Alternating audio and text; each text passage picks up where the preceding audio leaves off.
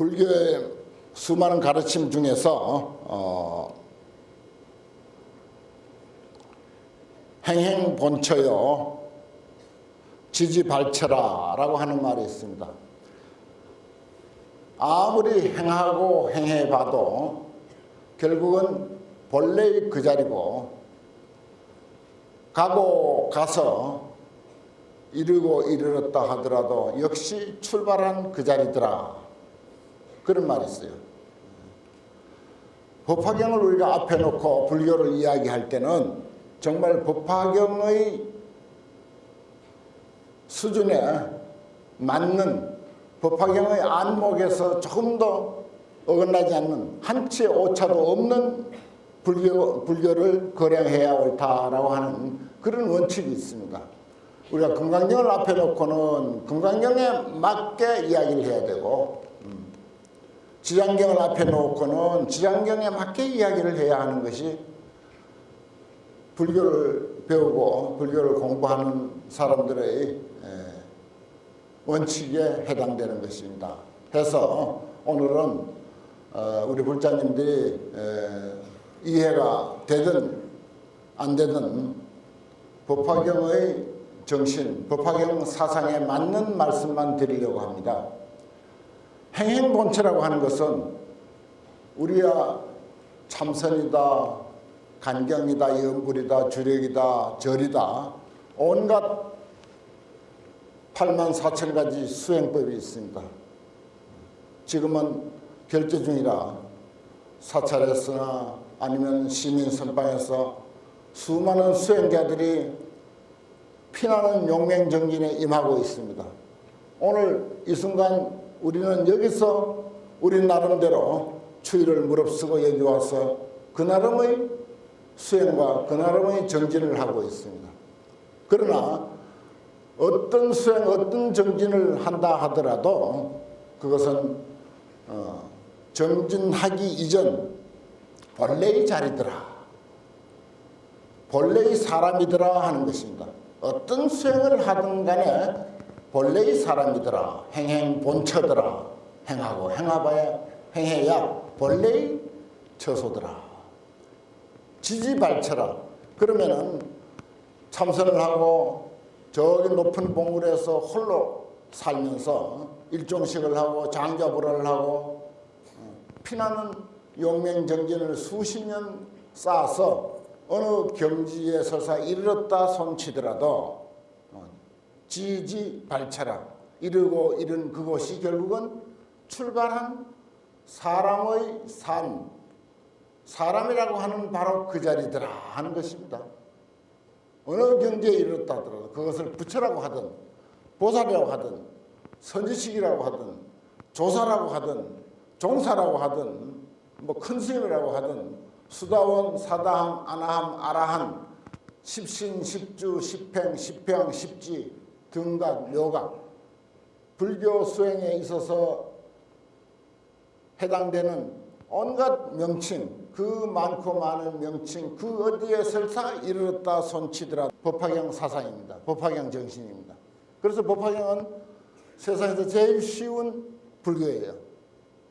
아무것도 더 이상 하려고 갈등할 필요가 없습니다. 하고 싶으면 하되 그것은 그 사람의 하나의 삶의 방식일 뿐입니다. 용맹정진을 하든 하루에 3,000배를 하든 뭘 하든 간에 그것은 그 사람의 삶의 한 방식이고 그 사람이 좋아하는 하나의 수행일 뿐이지 그것이 어떤 결과를 얻어낸다, 그것을 통해서 부처가 된다, 보살이 된다라고 하는 생각은 절대 하셔서는 안 됩니다. 그것을 통해서 되어지는 일은 없습니다. 그것이 법화경 정신입니다. 그러면은 법화경 불교라고 하는 것이 결국 무엇이냐? 우리 인간 개개인이 본래로 가지고 있는 절대 평등하고 완전 무결한, 그리고 영원한 생명, 또 불생불멸의 존재, 그리고 무엇라고 다 설명할 수 없는 무량무변의 공덕과 무량무변의 신통요용이 우리들 개개인의 자신이 다 지니고 있다고 하는 이 사실을 인식하는 일입니다. 그것만 인식하면 끝나는 거죠. 달리 그것을 만들어서 내 보물 창고에 가둬 쌓아놓는 일이 아니에요. 어디서 가져오는 게 아닙니다. 뭐 참선을 해서 가져오고 연부를 해서 가져오고 기도를 해서 가져오는 것이 아니라 이미 우리들 속에 불가사의하고 기기묘묘한 그런 그 무량무변 공덕을 다 지니고 있다고 하는 이 사실에 눈을 뜨는 것이고 그 사실을 이해하는 일이지 다른 일 아닙니다. 그래서 뭐라고 행행본처요 지지발처라. 아무리 수행하고 수행해도 역시 사람이라고 하는 그 자리를 벗어나 있지 않고 아무리 어디에 이르렀다 저 비비상천에 이르렀다 손치더라도 결국 지지발처라. 본래 출발한 사람의 본성 그 자리다라고 하는 것입니다. 그러니까 사람의 존재가 그만치 위대하고 미묘불가사의한데 거기에 대한 인식을 우리가 제대로 못하고 있는 거죠. 그러면 부처님께서 법화경을 통해서 우리들에게 그것을 인식시키기 위한 것입니다. 그것을 이해시키자고 이런저런 가르침을 펼친 것이 법화경이에요. 결국은 법화경은 다른 표현으로 하면은 인간이 본래로 지금 흑인이든 백인이든 유식하든 무식하든 남자든 여자든 늙었든 젊었든 성이든 속인이든 아무 관계없이 아니 불교인이든 기독교인이든 불교를 비방하는 어떤 그런 악독한 그런 마구니가 됐든 간에 그 사람도 역시 부처님과 조금도 다를 바 없는 완전 무결한 존재다라고 이렇게 가르치는 것이 법화경입니다. 선악은 문제가 아니에요. 무슨 일을 하든 일을 할 줄 아는 그 능력과 그 사실이 중요하다는 것입니다. 그래서 육조 스님께서 뭐라고? 불사선 불사 첫 법문이에요. 당신 깨달아서 처음으로 한 법문이 그거야. 선도 생각하지 말고 악도 생각하지 마라. 불교의 진정한 의미는 선에 있지도 않고 악에 있지도 않다. 권선징악이 불교가 아니다. 선을 하든 악을 하든 그 할 줄 아는 그 본래 면목 그것이 진짜 불교다. 거기에 눈을 떠야 된다 하는 그런 이야기입니다. 법화경이 바로 그런 육조 스님의 위대한 정신과 딱 맞아 떨어지는 거예요.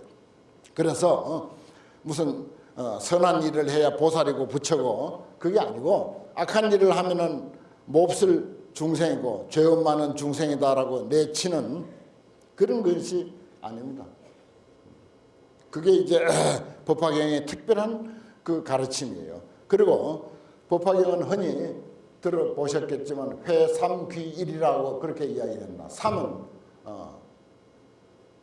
우리들 인간이 살아가는 각양각색의 삶의 모습을 삼이라 그렇게 이야기를 합니다. 거기서는 흔히 뭐 성문영각 보살 이런 표현을 하지만은 별의별 수준의 정신 상태를 가지고 별별 형태의 삶을 살아가고 있습니다. 여기에 우리가 조계사의 법회일이라서 왔습니다. 이렇게 수백 명이 오셨지만은 각각 온 목적은 다 다릅니다. 다 달라요. 별의별 목적이 다 있습니다. 그것을 일러서 삼이라 이렇게 하는 거예요. 삼은 이건 영원히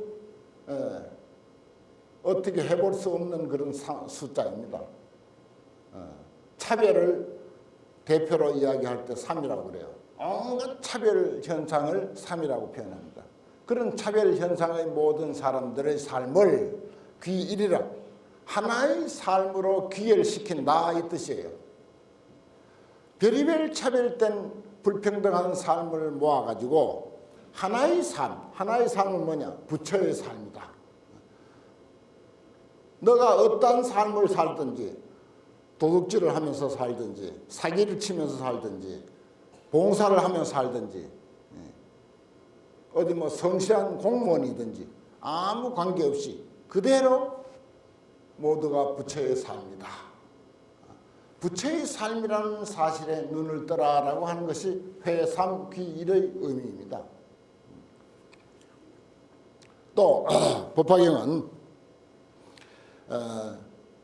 3분의 1이나 되는 많고 많은 양, 어쩌면 한 반 정도 차지하고 있는 내용이 수기 이야기예요. 수기.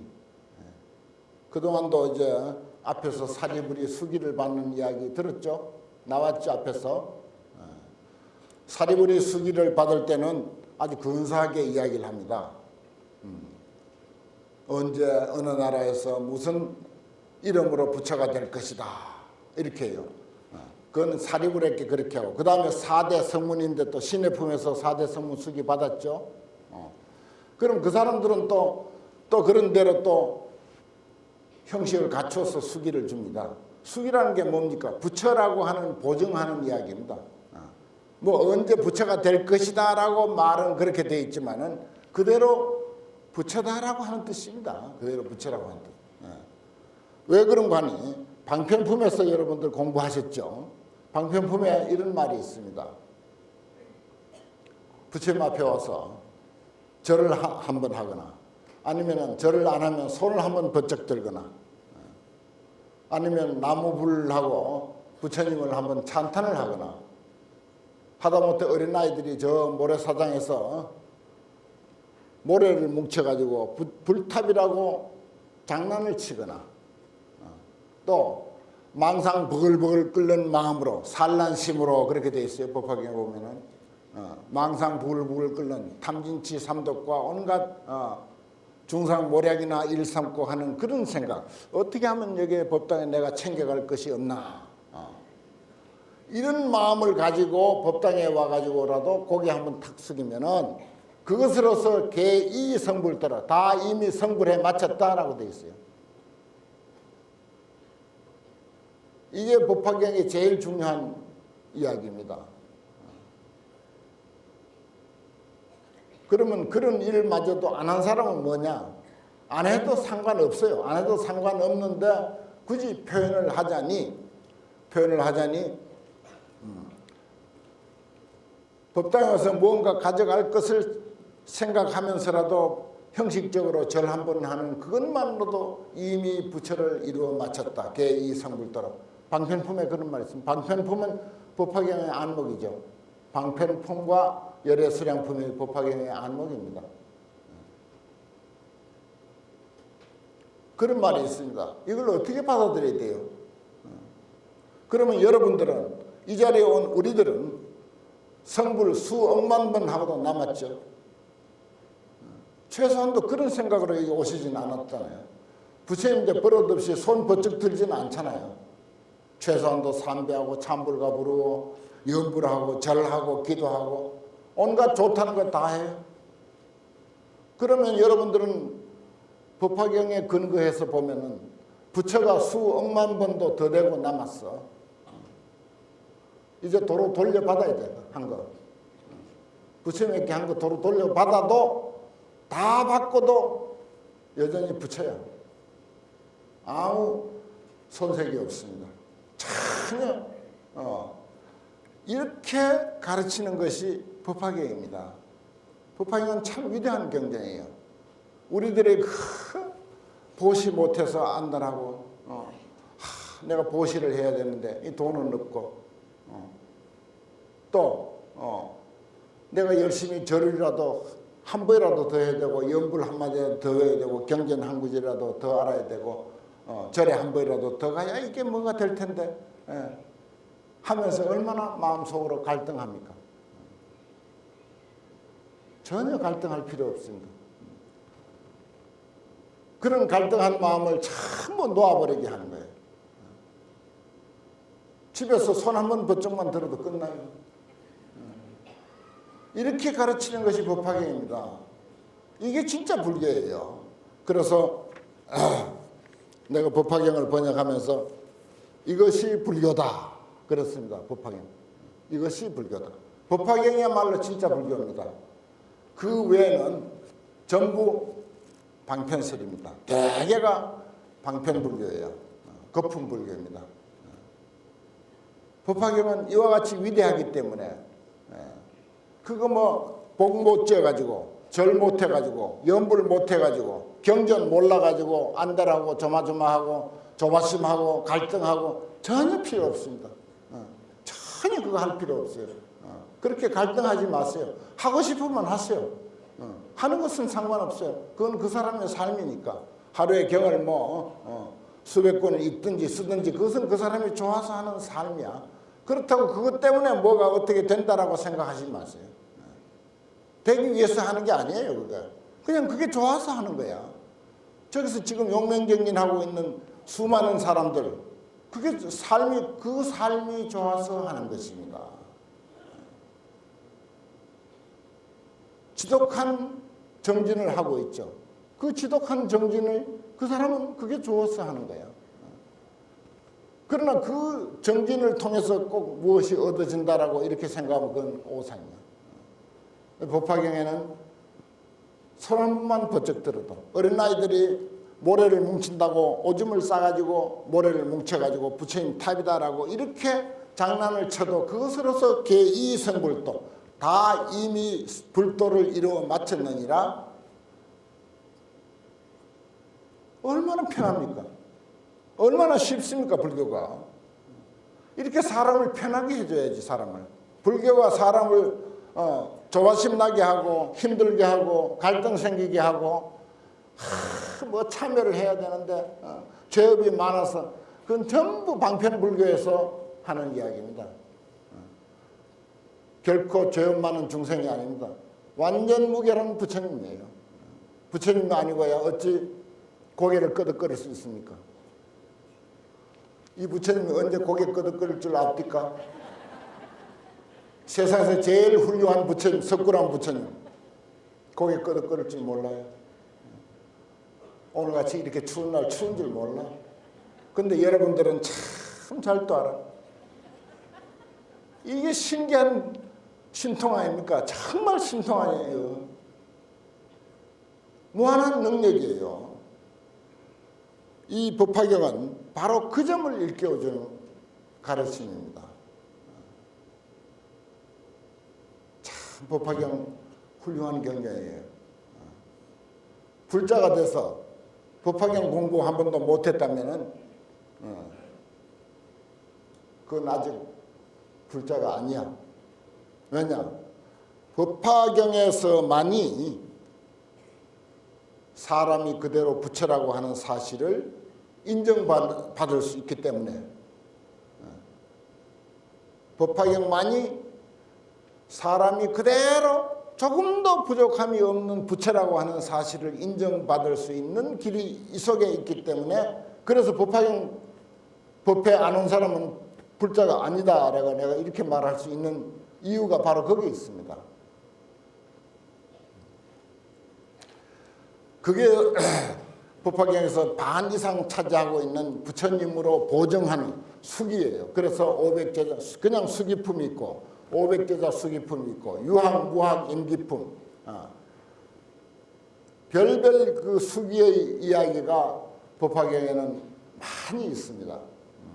그래서 사리불이나 뭐 4대 성문 같은 이들은 무슨 구체적으로 그 국토 그 부처가 됐을 때 이름 정법 주세, 상법 주세 이것이 이제 낱낱이 명기가 되지만은 저 뒤에 가면 500명을 못올때기 같이 수기를 줘버려요.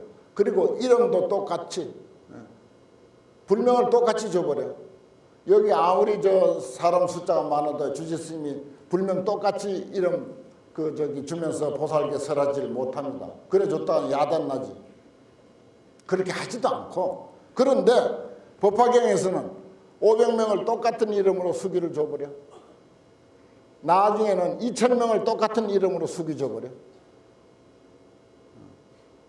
그게 무슨 뜻이냐? 그것은 다 형식적인 것이고 그런 형식을 거치지 않더라도 고스란히 부처다. 전혀 손색 없는 부처다 하는 본래로 부처다라고 하는 그런 의미입니다. 그게 아니고는 이게 설명할 길이 없어요. 해석할 길이 없습니다. 그리고 뒤에 가면 이제 상불경 보살품이라고 이제 나오죠. 상불경 보살. 그게 이제 다른 말로 하면 상경불이야. 상경. 항상 사람들을 공경하고 거기는 이제 항상 사람들을 가벼이 여기지 않는다.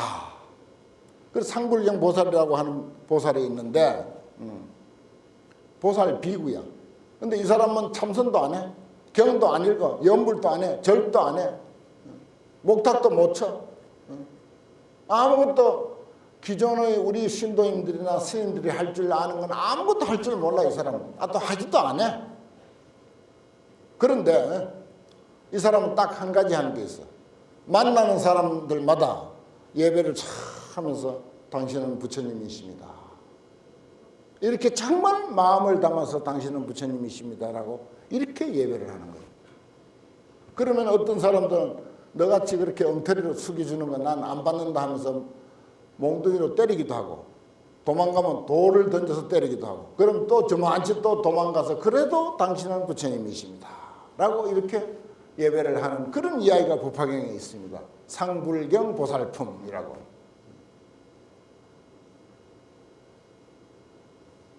그게 그야말로 이 수기의 하이라이트야. 거기가. 그러니까 처음에는 사리부랬게 뭐 한참 장황하게 부처는 무슨 이름으로 어떤 나라에서 상법이 얼마 가고 정법이 얼마 가고 해서 이렇게 부처가 될 것이다 이런 식으로 해오다가 그 차츰차츰 속도가 빨라져요.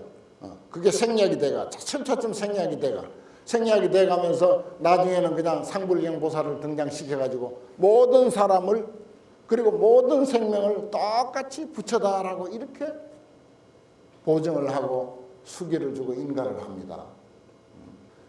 그래서 정말 행행본처요. 우리는 어떤 수행을 하든 어떤 공덕을 닦든 어떤 불교적인 행위를 하든 행행본처 본래 그 자리 그 어떤 일보다도 인간이 가지고 있는 인간의 그 지극히 고귀한 본성에 대한 깊은 이해와 그것을 우리가 인정해주고 배려해주고 받들어 섬길 줄 아는 그 마음 그것보다 더 훌륭한 일은 없다. 그것보다 더 훌륭한 일은 없다 하는 것입니다. 그래서 상불경 보살은 바로 석가모니의 전신이다 그래요. 석가모니가 된 것도 결국은 모든 사람을 부처님으로 받들어 섬긴 데 인연이 되어서 그래서 오늘날 석가모니가 됐다. 법화경은 그렇게 이야기하고 있습니다. 그래서 법화경이 세상에 맨 처음 등장할 때 아주 곤욕을 많이 치렀습니다. 이건 이제 대승불교 운동의 선언서거든요. 정말 불교다운 불교를 세상에 펼치기 위해서 선언서적인 그런 그 경전이 법화경입니다. 그러면 소승불교 사상하고 전혀 반대거든요. 전혀 반대로. 소승불교에서는 삼아성지급이라고 하는 그런 세월을 거쳐야 비로소 부처가 된다고 했는데 여기는 상불경 보살이 또 등장해가지고 당신도 부처님이야, 당신도 부처님이야, 당신도 부처님이야, 모두가 부처님이야 라고 해버렸으니 이게 난리가 난 거예요. 소승경전에서 보면, 소승불교에서 보면 큰 난리가 난 거예요. 혁명도 이만저만한 혁명이 아닙니다. 보통 일 아닌 거예요, 이게. 따지고 보면. 그래서 소승불교 사람들에게 박해도 많이 받고 그런 이야기가 이 법화경 안에 구절구절이 들어있습니다. 박해도 많이 받고 힘들었던 그런 내용들. 그래서 열반경에서는 부처님께서 유언으로 말씀하시면서 그 이법사이라고 해서 법사이라고 하는 것인데 소승경전을 의지하지 말고 대승경전만을 의지하라.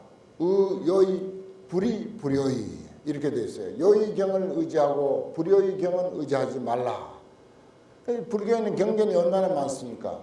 언제 그걸 일일이 다 보고 나서 내가 그걸 판단해가지고 아, 요게 좋은 경자 하였어 이렇게 공부할 겨를이 어디 있습니까?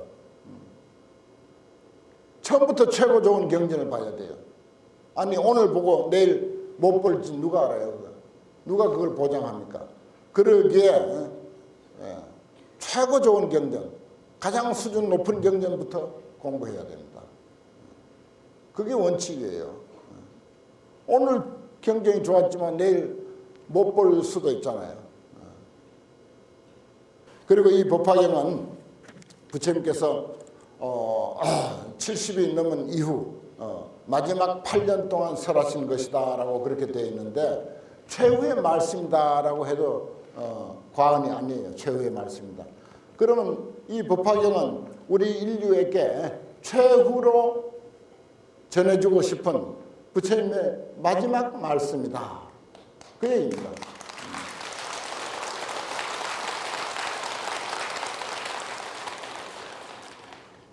최후로 일러주고 싶은 부처님의 마지막 말씀, 그 한마디는 당신은 부처님이야.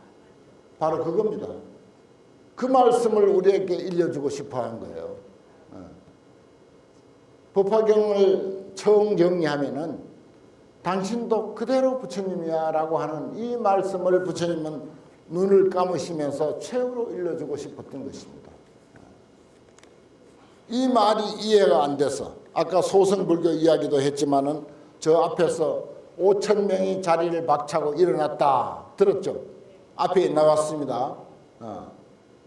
아니 내가 여기서 시원찮은 법문을 하는데 한 사람만 나가도 기분 나쁜데 부처님이 법문을 하는데 5,000명이 자리를 박차고 일어나서 나갔어. 그 보십시오.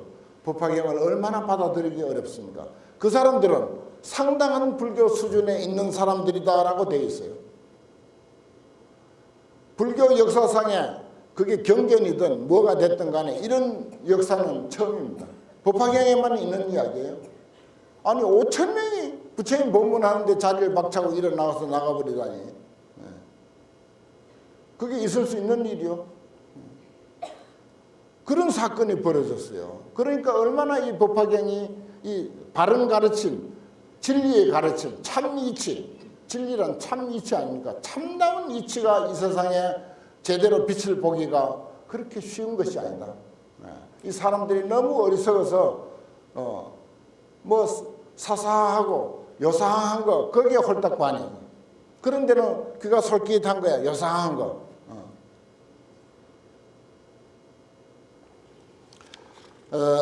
법화경은 이러한 정신이 계승되어 가지고 결국은 조사 스님들에게 와서 여러 가지로 표현이 되죠. 여러 가지로 표현이 되는데 육조 스님이 이제 그렇게 나무꾼이 한순간에 그 사람이 무슨 보시를 했습니까? 지계를 했습니까? 인욕을 했습니까?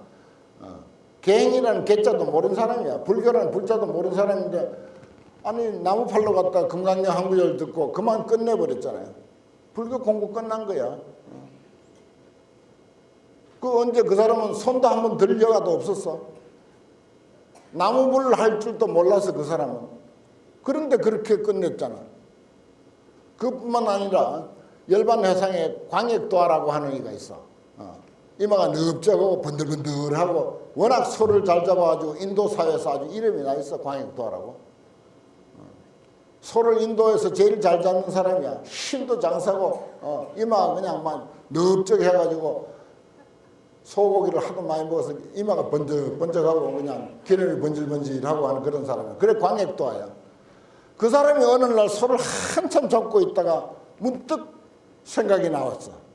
그래서 그 칼을 도마에다 탁 꼽으면서 나도 현급 1천 부처님 가운데 하나다. 나도 부처다라고 이렇게 당당하게 소리쳤어요. 그 사람 상귀 할 줄 몰라. 배운 적이 없어. 반야신경 하나도 몰라 그 사람도. 언제 뭐 보시지계 인욕 정진 선정 지혜 이런 거 하지도 않았어. 용맹정진이 뭐야? 참선이 뭐야? 그런데 천불의 일수다. 나도 부처다라고 이렇게 당당히 큰 소리 쳐가지고 그 후부터 지금까지 박수갈채가 쏟아지는 거예요. 그 관객도와의 그 말 한마디에 박수갈채가 쏟아지고 있어.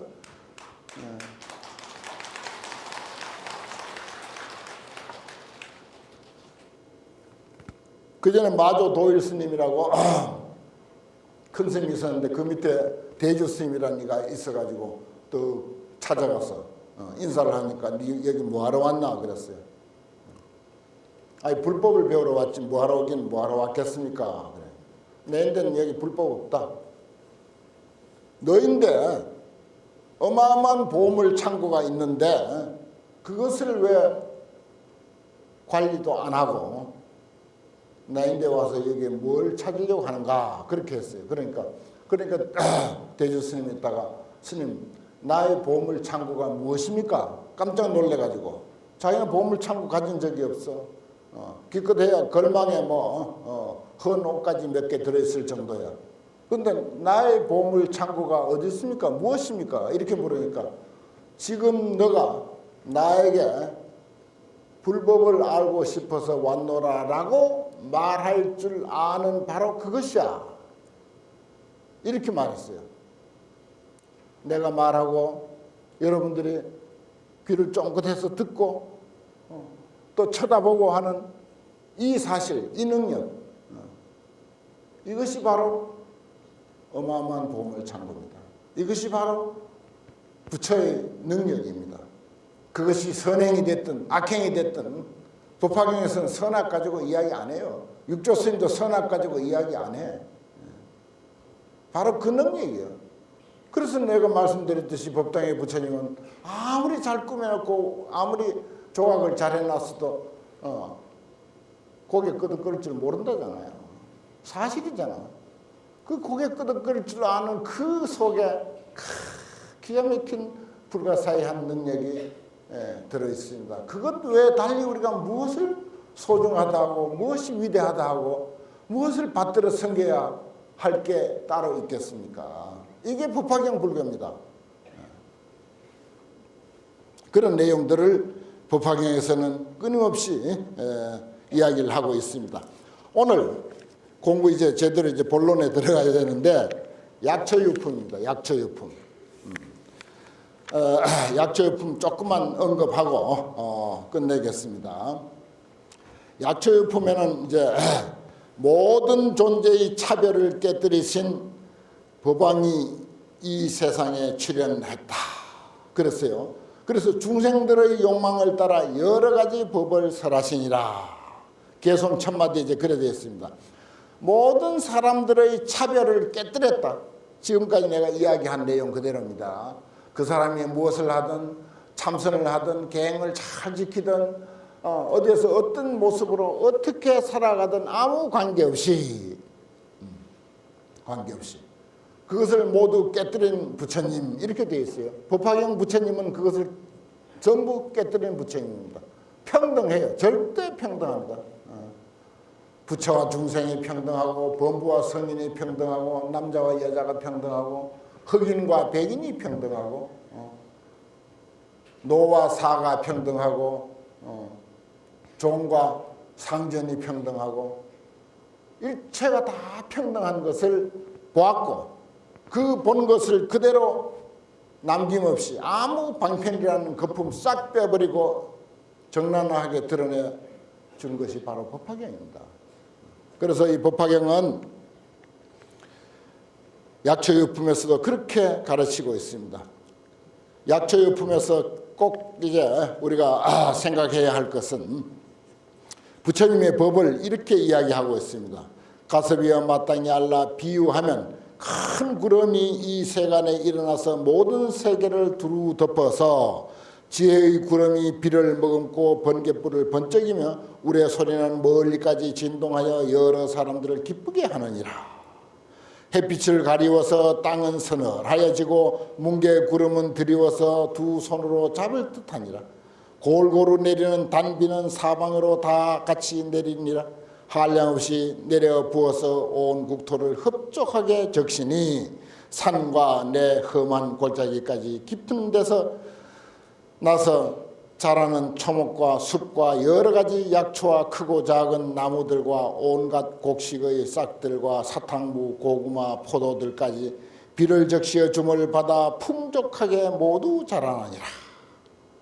가물던 땅이 고루 젖어 약초와 나무가 함께 무성하니 저 구름에서 내리는 한결같은 비를 맞아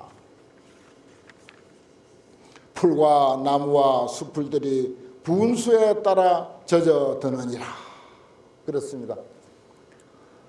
법화경이 문학적으로도 아주 훌륭한 경전이다라고 하는 근거는 바로 약초유품의 이 구절 때문입니다. 법화경을 문학적으로 아주 뛰어난 경전이라고 그렇게 문학가들은 평해요. 근데 이 대목이에요. 근데 그 말 속에 뭐야? 저 인도의 그 드넓은 평원에 구름이 이래가지고 인도에서 구름이 일면 말도 못해요. 컴컴하게 입니다. 그래가지고 비가 내려 쏟아붓는데 이루 말할 수 없이 쏟아붓거든요.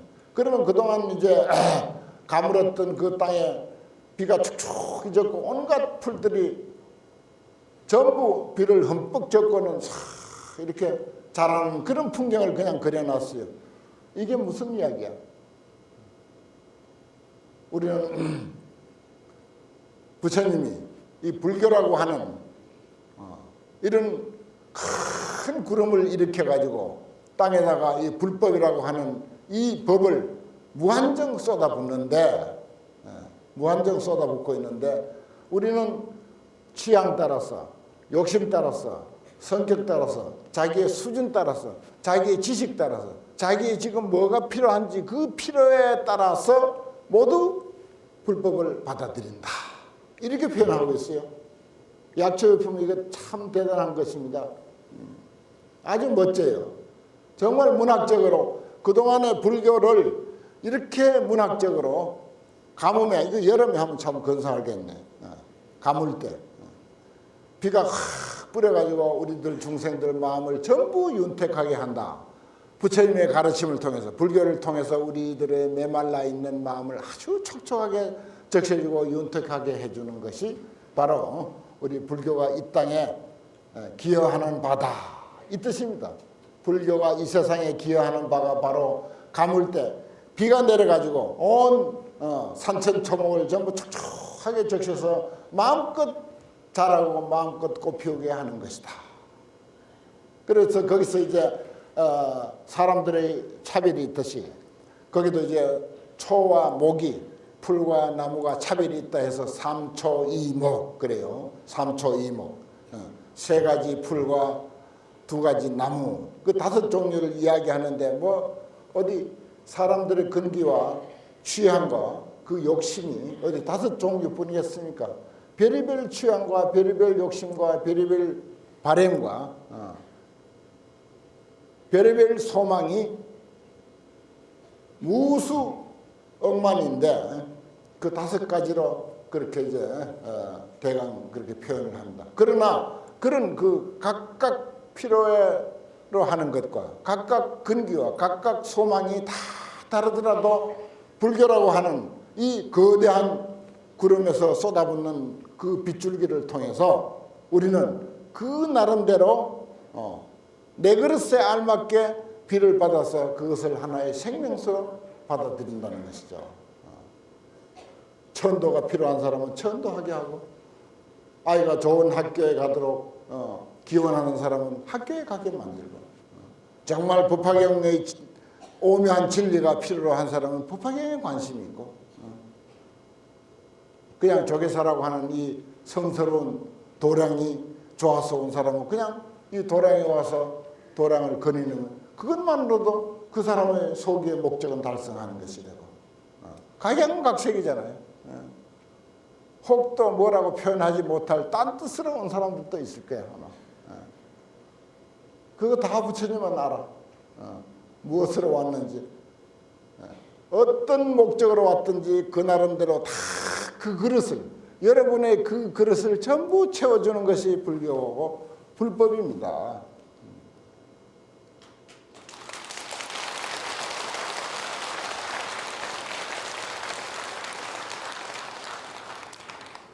이것이 오늘 저에게 해당된 약초유품의 주된 내용입니다. 마치 약초유품은 짧고 뜻이 간단해. 이렇게 간단해. 그렇기 때문에 법화경의 전반적인 대의를 법화경의 대의를 마음껏 여러분들에게 소개해 드릴 수 있게 돼서 품을 아주 선택을 잘했다는 그런 생각도 합니다. 방편품 같은 걸 펼쳐놓으면은 법화경 전체 대의 이야기할 겨를이 없어요. 워낙 그건 장황하고 복잡하고 그렇습니다. 그러니까 조계사는 왜 조계사인가?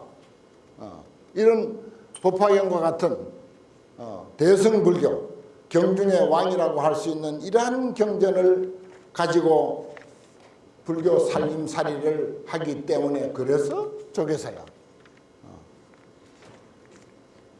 그래서 한국 불교의 1번지인 것이죠.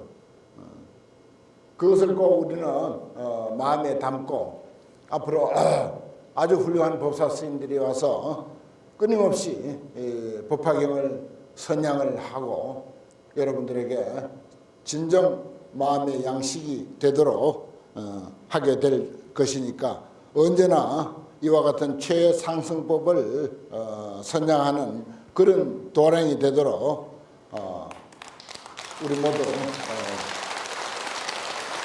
노력하십시다.